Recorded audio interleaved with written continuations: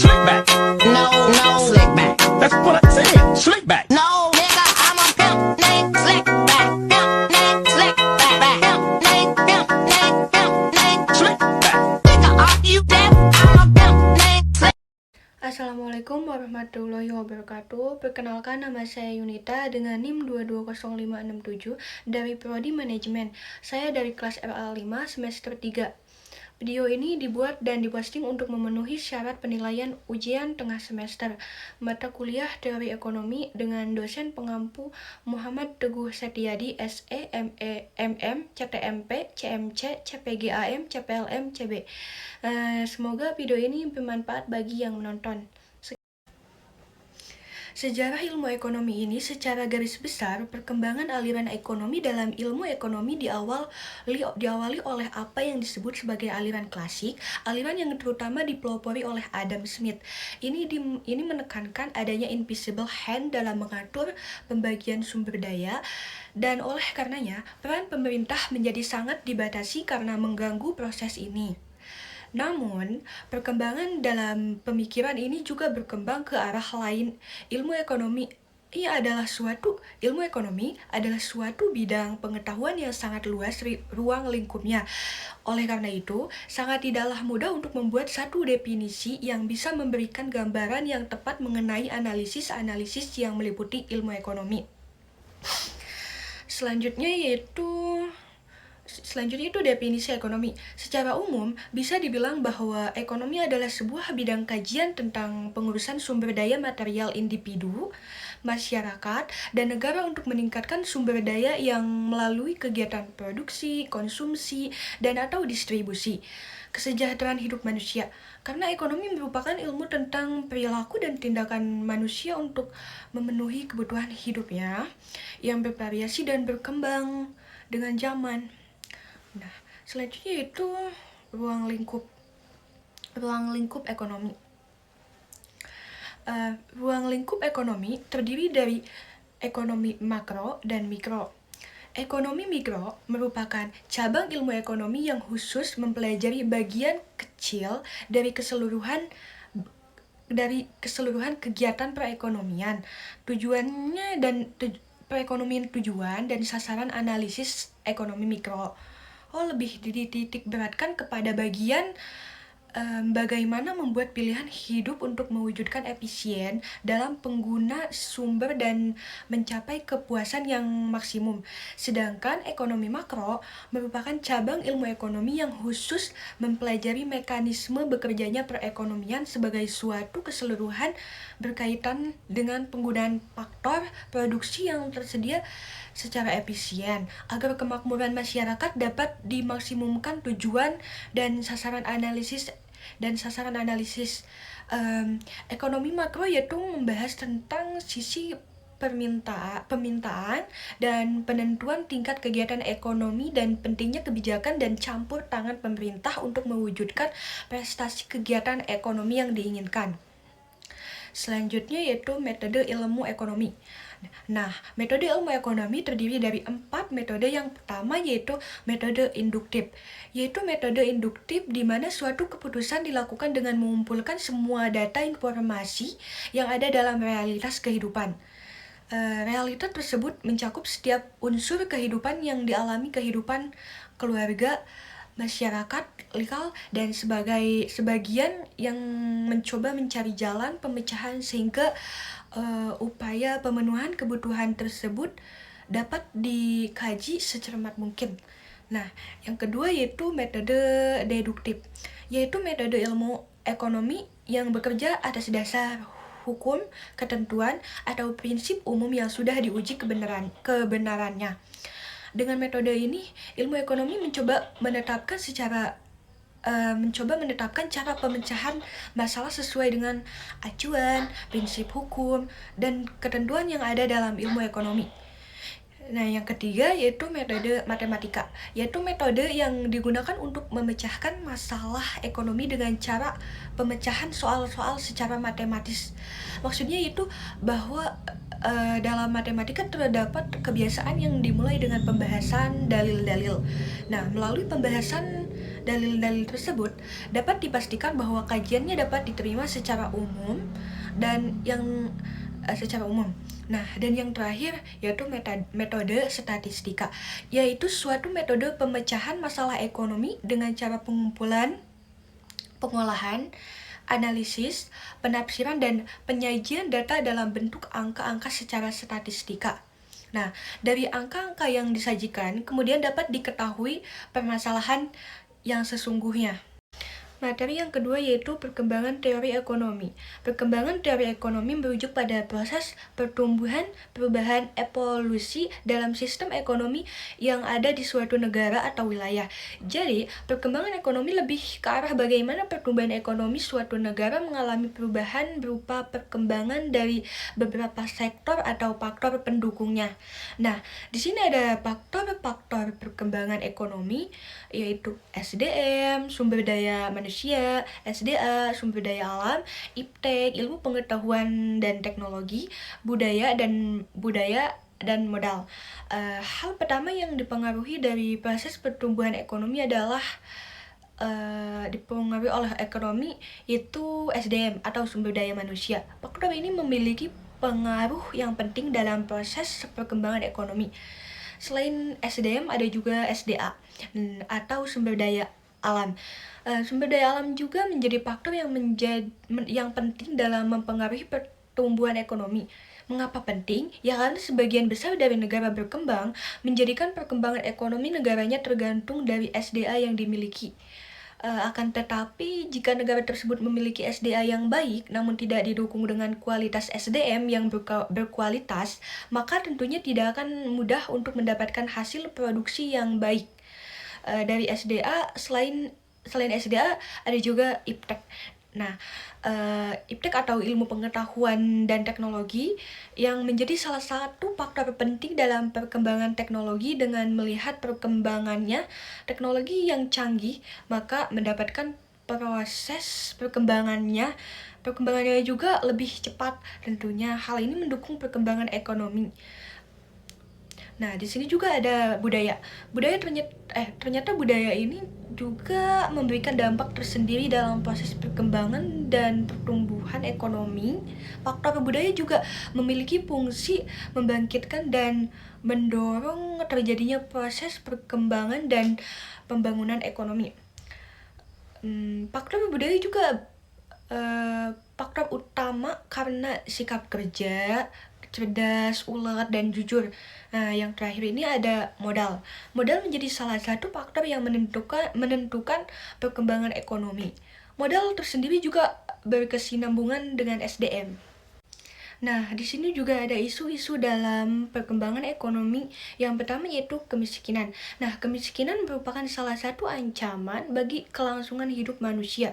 Kemiskinan adalah kondisi di mana seseorang atau kelompok tidak memiliki akses yang memadai terhadap sumber daya dan tidak memenuhi kebutuhan seperti makan, pakaian, perumahan, pendidikan, dan kesehatan.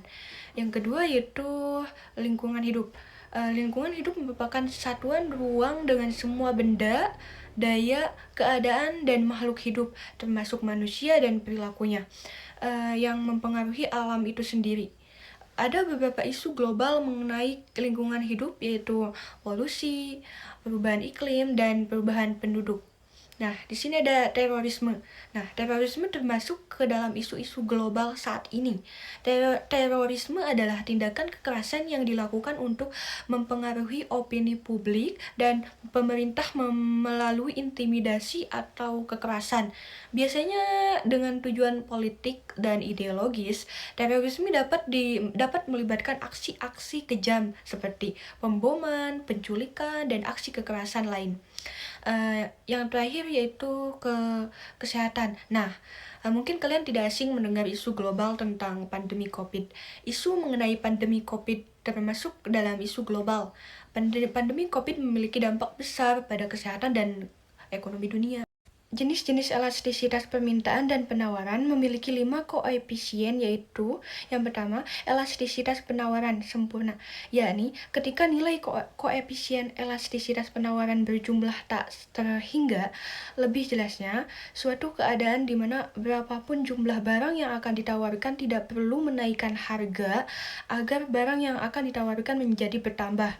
Nah, yang kedua yaitu penawaran inelastis, yakni nilai koefisien elastisitas penawaran berjumlah kurang dari 1. Lebih jelasnya, keadaan di mana tingkat perubahan jumlah barang yang ditawarkan lebih kecil daripada tingkat perubahan harga.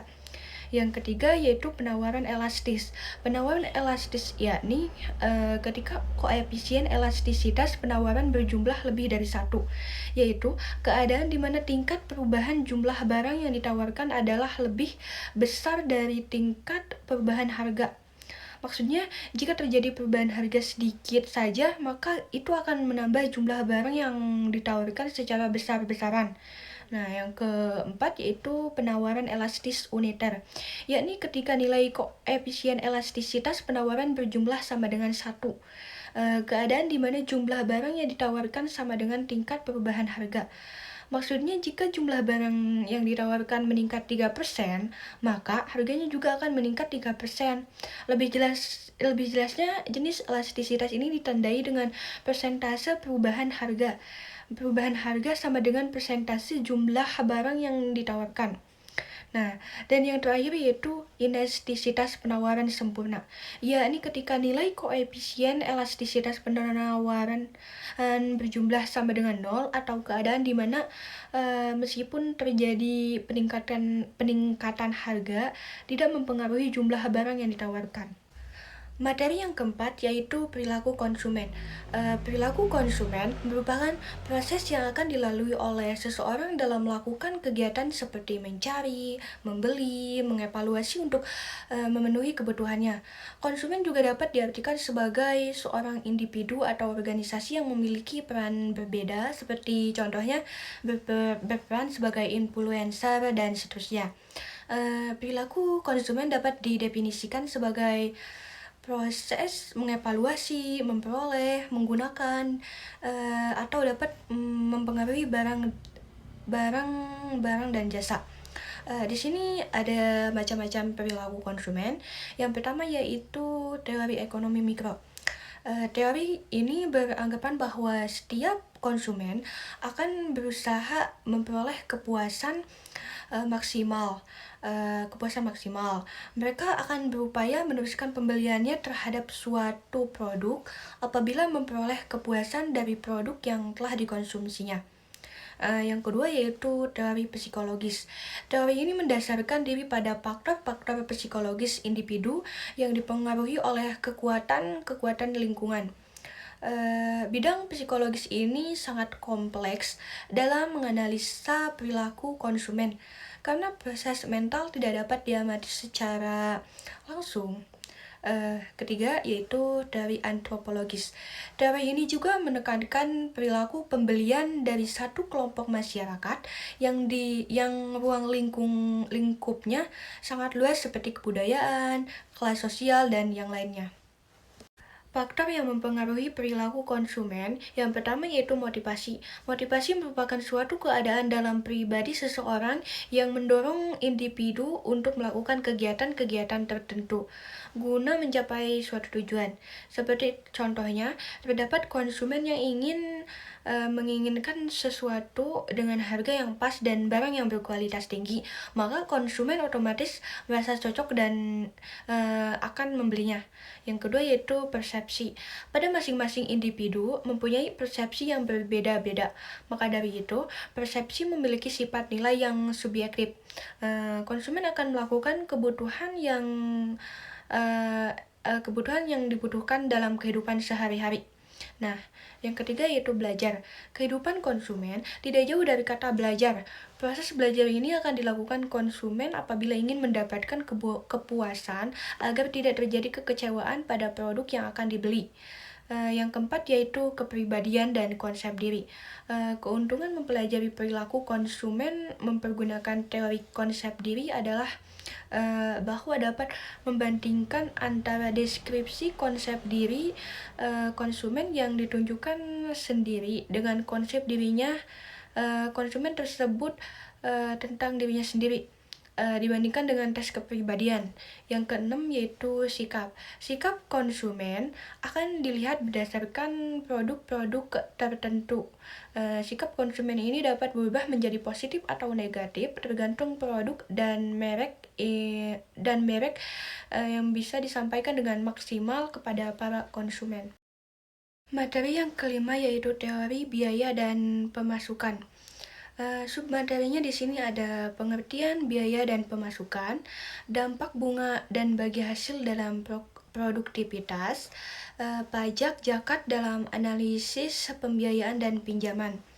Nah, menurut Suprayitno, biaya adalah pola perubahan biaya dalam kaitannya dengan perubahan volume kegiatan atau aktivitas perusahaan, misalnya volume produktivitas atau volume penjualan. Dampak bunga dan bagi hasil dalam produktivitas. Karakteristik dari sistem bunga dalam analisa biaya produksi adalah bahwa biaya bunga yang harus dibayarkan produksi adalah tetap. Dengan kata lain, berapapun jumlah output yang diproduksi, bunga tetap harus dibayar. Konsekuensinya lebih keberadaan biaya bunga akan meningkat total biaya. Pajak zakat dalam analisa pembiayaan dan pinjaman. Pajak memiliki arti sebagai kontribusi yang dipaksakan oleh pemerintah negara dalam jangka waktu tertentu kepada pihak wajib pajak. Sifatnya memang wajib dan disetorkan oleh pajak kepada pemerintah yang nantinya bisa mendapat balasan berupa manfaat secara tidak langsung. Pajak juga terdapat empat jenis tarif, yaitu tarif progresif, tarif degresif, tarif proporsional, dan tarif regresif. Nah, di sini juga ada zakat. Zakat merupakan pungutan wajib bagi harta yang dimiliki seseorang muslim, tentunya setelah harta tersebut memenuhi syarat-syarat. Misalnya nisab, batas nilai minimal harta terkena zakat, dan haul, batas waktu minimal harta terkena zakat. Itu saja yang bisa saya sampaikan dan jelaskan. Kurang lebihnya mohon maaf. Assalamualaikum warahmatullahi wabarakatuh.